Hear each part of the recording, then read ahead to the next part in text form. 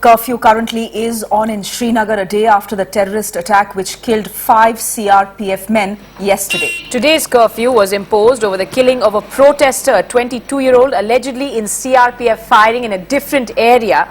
But to come back to the terrorist attack, the Hizbul Mujahideen taking responsibility for it. 2 militants have fled the scene. The terrorists came with their rifles hidden in cricket bags is what the news is, even as there is concern about an increase in infiltration and violence in the valley. Kashmir, remember, has been tense since the execution of Parliament attack convict Afzal Guru, with the demands growing for his body to be returned to his family. That's something that we have been seeing in Kashmir. CNN IBN's Mufti Isla joins us this morning from Srinagar.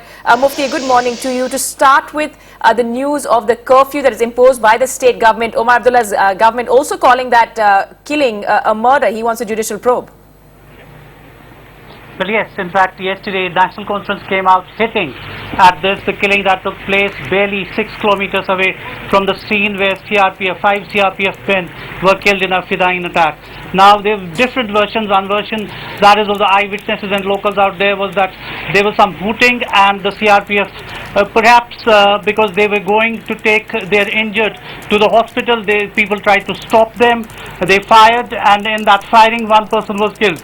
Now, later, the Speaker of the Assembly, who is a representative of that constituency, he said that it's a cold-blooded murder. He demanded that there should be a judicial probe. But I can tell you that the Chief Minister also has arrived in Srinagar. He yesterday took a meeting of senior security officials.